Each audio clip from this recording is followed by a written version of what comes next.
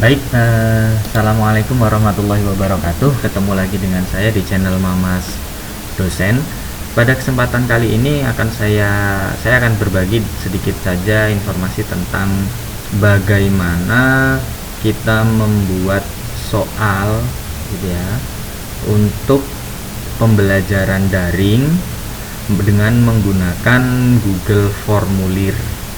Nah, jadi tentu saja ini sangat bermanfaat bagi Bapak Ibu pendidik, gitu ya, baik itu Bapak Ibu guru ataupun Bapak Ibu dosen yang ingin memanfaatkan Google Formulir ini untuk pembuatan soal bagi siswa atau mahasiswanya. Baik, langsung saja untuk kita masuk ke Google Formulir sebenarnya itu ada dua langkah, gitu ya. Ada dua langkah. Jadi langkah yang pertama itu melalui Google Drive, gitu ya. Google Drive saya rasa juga sudah tidak asing lagi, semuanya kalau sudah punya akun Google pasti punya Google Drive, gitu ya. Jadi klik tambah baru, begitu ya, terus kemudian klik lainnya, terus kemudian di sini ada Google Formulir, tinggal diklik saja nanti akan muncul Google Formulir dengan form yang kosong. Jadi seperti itu. Tetapi di sini saya akan membuat gitu dengan cara yang kedua, yaitu melalui Google Classroom, gitu. Nah, dari Google Classroom yang sudah kita buat, gitu ya, kita akan membuat soal dengan menggunakan Google Formulir. Caranya yaitu kita tinggal klik buat, gitu ya, terus kemudian tugas kuis. Nah, maka kita ketikkan judul dulu, itu misalkan adalah penilaian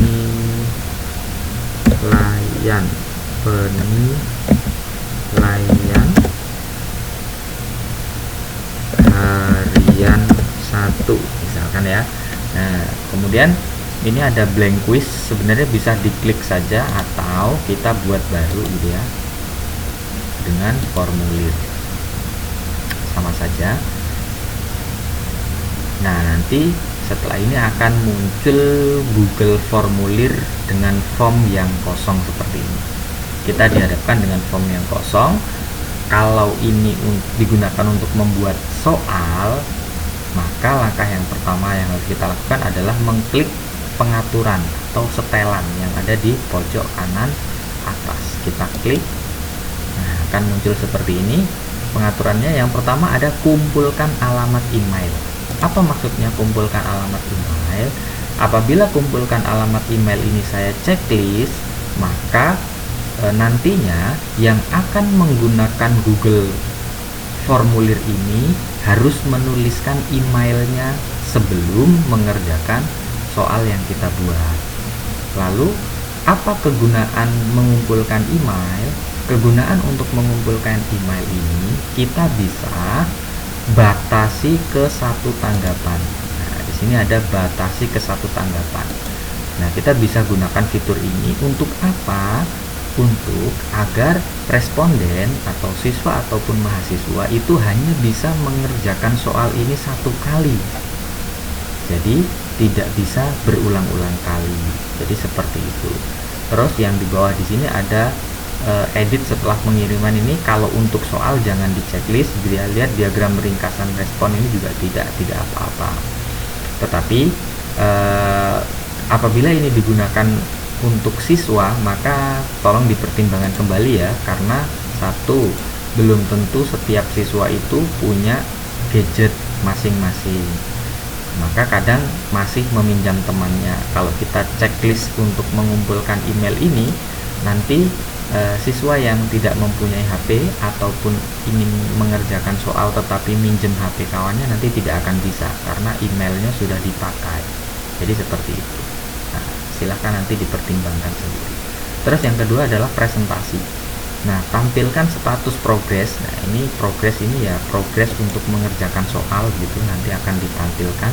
Terus yang kedua ada acak urutan pertanyaan. Nah, di sini yang saya suka dari Google Form karena bisa mengacak dari soal-soal yang kita berikan begitu. Walaupun ada dua siswa yang mengerjakan secara berbarengan, belum tentu nomor satu yang dikerjakan itu adalah soal yang sama, karena secara otomatis akan diacak oleh Google formulir. Nah, selanjutnya ada kuis. Nah, karena kita ingin membuat suatu soal, maka jadikan ini sebagai kuis. Ini harus kita aktifkan. Setelah itu di sini ada rilis nilai. Nah, pilihan pertama segera setelah pengiriman. Nah, ini maksudnya adalah setelah siswa ataupun responden itu mengerjakan soal, tentunya soalnya ini berupa pilihan ganda dan jawaban singkat yang bisa langsung dikoreksi otomatis oleh Google Form, maka kita bisa gunakan fitur ini, yaitu setelah mengerjakan maka nanti siswa akan langsung bisa melihat skornya. Jadi seperti itu. Ini digunakan untuk soal yang pilihan ganda dan isian singkat. Apabila soalnya itu tidak bisa dikoreksi otomatis oleh Google, misalkan adalah uraian yang panjang, maka kita harus klik nanti setelah peninjauan manual. Nah, jadi seperti itu. Nah, saya klik yang ini saja karena kita nanti akan membuat soal-soal yang pilihan ganda dan jawaban singkat. Nah, kemudian di bawahnya responden dapat melihat yang pertama adalah pertanyaan tak terjawab, boleh diberikan. Terus yang kedua jawaban yang benar. Nah, ini saran saya tidak usah ditampilkan saja begitu ya, ataupun ini juga tidak ditampilkan juga tidak apa-apa. Karena kenapa? Nanti kalau tahu jawaban yang benar, responden bisa menyampaikan ke kawan-kawannya. Jadi seperti itu. Yang ditampilkan adalah nilai saja. Nah, kalau sudah seperti itu kita simpan. Baik, karena pengaturan sudah gitu ya, maka di sini kan muncul ya alamat email yang nanti siswa itu harus mengisi setiap mau mengerjakan soal yang akan kita buat pada kesempatan kali ini. Baik, langkah selanjutnya kita akan buat judulnya. Judulnya misalkan adalah penilaian harian IPA. Jadi misalkan seperti itu ya, penilaian harian IPA. Nah, deskripsi formulirnya boleh diisi, boleh dikosongkan. Nah, selanjutnya kita ke pertanyaan. Di pertanyaan ini biar agar nanti kita dapat mengetahui nilai-nilainya dengan mudah gitu ya, dapat mengumpulkan nilai-nilai siswa ataupun responden itu dengan mudah, lebih baik gitu kita tambahkan seperti yang ada di absensi begitu. Ada nama ya, ada nama, boleh ini jawaban singkat atau drop down. Kalau saya suka yang drop down saja, jadi namanya nanti sudah kita ketik, misalnya si Abdi gitu ya, terus si Denny, terus si Fadli misalkan, terus si Suwanto. Nah, kita sudah tuliskan, nanti tinggal responden memilih saja. Setelah nama kita klik wajib diisi gitu ya, terus kita tambahkan lagi apalagi seperti di absen misalkan, yaitu kelas. Nah, kelas misalkan kita harus sediakan misalkan kelas 7A. Sorry, di sini kita harus pilih terlebih dahulu yaitu drop down. Saya suka yang ini ya. Terus 7B gitu. Kemudian 7C. Nah, dan selanjutnya jangan lupa di sini wajib diisi. Terus setelah informasi cukup, kita tambahkan lagi satu lagi gitu di yang paling akhir di bagian pertama, yaitu kita berikan yang namanya token. Nah, token ini berupa kode soal. Artinya dengan token ini kita dapat mengendalikan kapan siswa itu serentak mengerjakan. Jadi tidak ada siswa yang mengerjakan pagi hari, ada siswa yang mengerjakan siang hari begitu. Nanti kemungkinan kecurangannya banyak. Tapi kalau kita berikan token gitu, maka kita nanti informasikan ke siswa soal bisa dibuka pukul 10.00 WIB dengan token. Nah, nanti tokennya kita bagikan gitu. Nah, kita caranya seperti ini, kita token. Kalau nanti di sini tidak muncul, maka bisa diklik validasi respon ya. Ini kan sudah checklist ya. Kalau tidak checklist dia tidak terisi, maka di sini harus ada validasi respon. Nah, di sini dibuat teks saja begitu ya, nanti tokennya, terus teks berisi. Nah, teksnya kita berikan misalkan kita bisa. Nah, jadi seperti itu. Ini adalah kode soalnya. Kode soalnya adalah kita bisa. Nah, terus yang di sini teks kesalahan khusus. Nah, maksudnya adalah apabila ada siswa yang salah memasukkan token, nanti akan muncul apa gitu. Nah, kita buat maaf, token Anda salah. Nah, kita buat seperti itu. Nah, kalau sudah, oke, kita harus ingat-ingat ya, tokennya adalah kita bisa. Kita wajib diisi. Nah, setelah itu baru kita mau ke bagian soalnya. Kalau sudah mau ke bagian soalnya, jangan klik tambah gitu ya, klik yang tambah bagian paling bawah ini, klik tambah bagian. Iya. Nah, di sini adalah bagian kedua. Artinya apa? Kalau nanti ada siswa yang tidak bisa memasukkan token, maka dia tidak akan bisa melanjutkan ke bagian yang kedua. Artinya semua siswa harus tahu tokennya. Nah, bagian kedua, di sini ada bagian tanpa judul. Kita boleh berikan soal penilaian harian IPA misalnya. Deskripsinya boleh kerjakan soal di bawah ini dengan tepat. Nah, misalkan seperti itu. Baru kita tambah. Nah, setelah kita tambah, ini adalah soal yang akan kita buat. Soal yang pertama, misalkan kita buat soal yang pertama adalah tipenya pilihan ganda. Soal IPA tentang pilihan ganda. Zat hijau daun, ini jangan besar semua ya. Zat hijau daun disebut gitu ya. Nah, kita pilihan ganda opsinya. Nah, kita pilih di sini yang tipe pertama, kita buat pilihan ganda.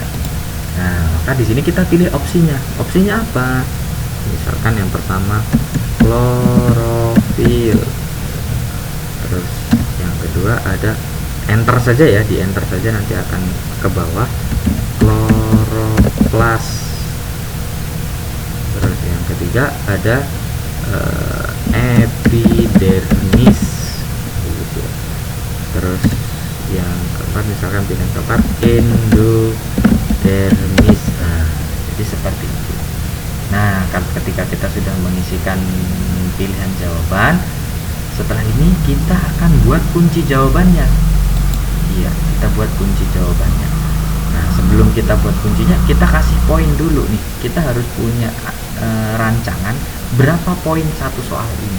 Misalkan karena kita mau buat 10 soal, maka satu soal nilainya 10. Iya. Kemudian kita berikan jawaban yang tepat. Zat hijau daun disebut dengan klorofil. Iya. Setelah itu klik selesai. Nah, selesai satu soal. Ini tidak usah dicentang untuk wajib diisi ya. Jadi terserah untuk responden, siswa atau mahasiswa. Andaikan dia tidak tahu ya boleh saja dia tidak diisi. Terus sekarang kita tambah soal yang kedua. Nah, soal yang kedua ini bentuknya adalah isian singkat. Ya, contohnya sapi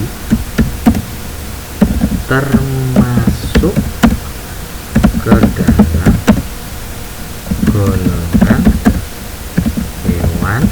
Nah, ya, mohon maaf kalau kurang tepat ya pertanyaannya, tapi yang jelas sapi termasuk ke dalam golongan hewan apa, kan begitu. Harapannya jawabannya kan yang karnivora atau omnivora atau herbivora, kan begitu ya. Nah, maka kita pilih dulu, karena kita mau jawaban singkat, kita pilih jawaban singkat.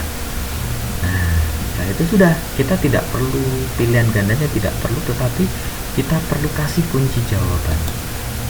Nah, kita kasih kunci jawaban.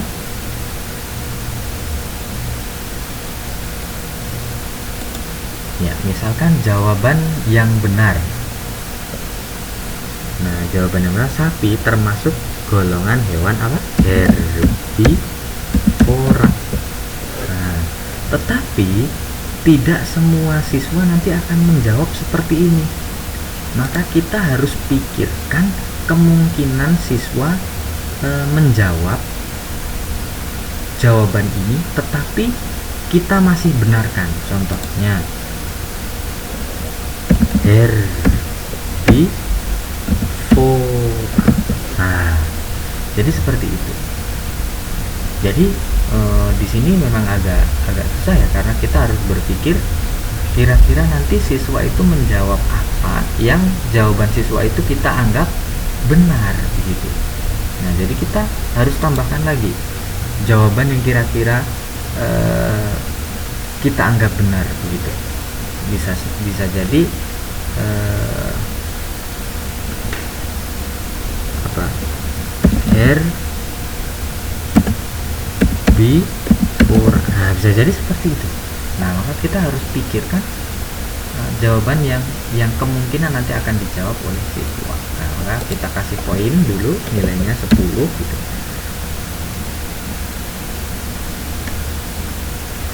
Terus kemudian selesai. Iya, jadi sapi termasuk ke dalam golongan hewan, ya ini jawaban yang benar adalah herbivora. Jadi seperti itu. Selain itu maka nanti akan salah. Jadi seperti itu. Nah, terus yang selanjutnya kita akan tambah lagi, kita buat soal yang jawabannya itu tidak hanya satu, gitu, lebih dari satu. Misalkan di bawah ini yang termasuk ke dalam hewan herbivora adalah, nah, kita mau jawaban ini lebih dari satu, maka kita gunakan kotak centang. Ya, misalkan yang pertama singa jawabannya, yang kedua buaya, yang ketiga sapi, dan yang keempat kambing. Nah, jadi kita di soal saya sarankan ya ada keterangannya ya, boleh memilih lebih dari satu jawaban.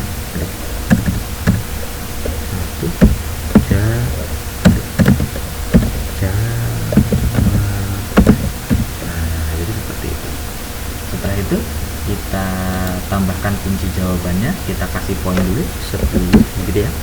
Maka jawaban yang benar adalah sapi dan kambing. Berarti kita klik selesai ya. Jadi ini ada 3 tipe soal yang biasa digunakan, yang bisa langsung dikoreksi oleh Google Formulir. Artinya apa? Ketika nanti siswa ini sudah menyelesaikan ini, karena di pengaturan tadi kita kan nilai bisa dilihat oleh siswa, maka setelah siswa mengerjakan, siswa langsung bisa melihat nilainya. Jadi seperti itu. Apabila bentuk soalnya nanti misalkan kita tambah lagi gitu ya, kita mau soal uraian paragraf, berarti beda lagi gitu pengaturannya. Jadi seperti itu. Setelah ini penilaian harian IPA ya. Di sini kita judulnya kita sesuaikan saja yang di atas ya. Ini kita copy, kita sesuaikan dengan yang di atas agar nanti tersimpan di Google Drive-nya lebih enak. Nah, setelah ini kita keluarkan saja. Jadi tidak usah khawatir kalau di Google Form ini langsung secara otomatis apa yang kita ketik langsung tersimpan. Kita keluarkan saja. Baik. Nah, di sini sudah ada Google Formulir yang kita buat tadi. Gitu. Setelah itu di sini kita topiknya kita masukkan ke tugas dan kita tugaskan.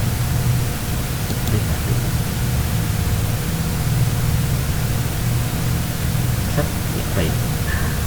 Penilaian harian 1 sudah masuk ke tugas. Ya, jadi baik itu untuk membuat soal dengan memanfaatkan Google Formulir. Mudah-mudahan ini bisa memberikan manfaat. Untuk selanjutnya nanti saya akan berikan paparan untuk bagaimana sih untuk mengolah respon dari tugas yang diberikan ini gitu ya, mengolah bagaimana nilai siswanya, bagaimana kehadirannya, jadi seperti itu ya. Jadi silahkan di like, subscribe ataupun dibagikan apabila memang dirasa channel ini bermanfaat bagi Bapak Ibu sekalian. Saya cukupkan, saya akhiri, wabillahi taufiq walhidayah. Wassalamualaikum warahmatullahi wabarakatuh.